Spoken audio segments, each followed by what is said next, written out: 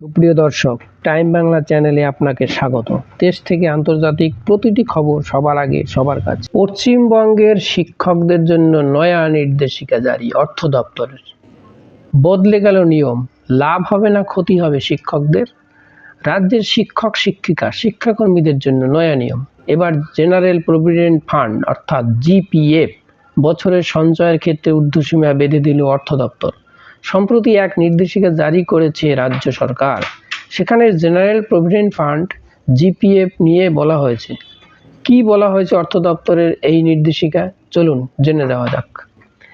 রাজ্য তরফে নির্দেশিকা দিয়ে বলা হয়েছে, এবার থেকে বছরে সর্বোচ্চ ৫ লক্ষ টাকা জমা করতে পারবেন রাজ্যের শিক্ষক এবং শিক্ষাকর্মীরা।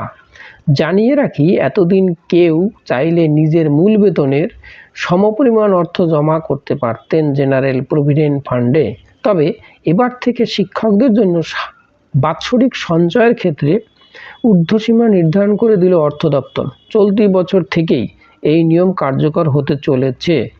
রাজ্য তরফে আরও জানা হয়েছে, কেন্দ্রে নিয়ম মতো মান্যতা দিয়েই এই নির্দেশিকা জারি করেছে পশ্চিমবঙ্গ সরকার।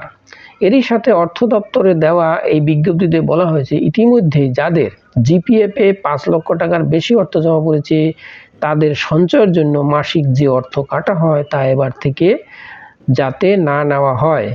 রাজ্যের নয়া নিয়ম নিয়ে মিশ্র প্রতিক্রিয়া শুরু হয়েছে শিক্ষক মহলে। এই নিয়ে আমাদের পশ্চিমবঙ্গ সরকারের বঙ্গীয় শিক্ষক এবং শিক্ষাকর্মী সাধারণ সম্পাদক স্বপন মণ্ডল বলেন, শিক্ষাকর্মীদের জেনারেল প্রভিডেন্ট ফান্ডের অ্যাকাউন্টে টাকা জমা করার একটা ঊর্ধ্বসীমা থাকা নিশ্চয়ই প্রয়োজন রয়েছে। তবে একটা বেতন কমিশনের সুপারিশ কার্যকর হয়ে যাওয়ার সঙ্গে সঙ্গে সেই নির্দেশিকা দিতে হয়। বাংলায় যেখানে 2020 সালে বেতন কমিশন চালু হয়েছিল, তাহলে তার 4 বছর পরে এতদিন পরে কেন ঘুম ভাঙল, তা নিয়ে প্রশ্ন তোলেন স্বপনবাবু। এদিকে ভবিষ্যৎ সুরক্ষিত রাখার জন্য যেখানে সরকারি খাতে সঞ্চয় করা হয়ে থাকে, সেই ক্ষেত্রে এবার থেকে ঊর্ধ্বসীমা নির্ধারণ করে দেওয়া হলে বেসরকারি সংস্থাগুলোর প্রভাব বাড়বে। এক্ষেত্রে বেসরকারি বিভিন্ন সংস্থার বাড়বাড়ন্ত হবে বলেই শিক্ষকদের একাংশের মতামত।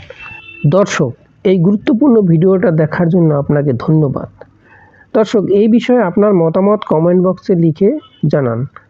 আর এই রকম সঠিক তথ্য জানার জন্য চ্যানেলটি লাইক এবং সাবস্ক্রাইব করুন। আপনি ভালো থাকুন এবং সবাইকে ভালো রাখুন। ধন্যবাদ।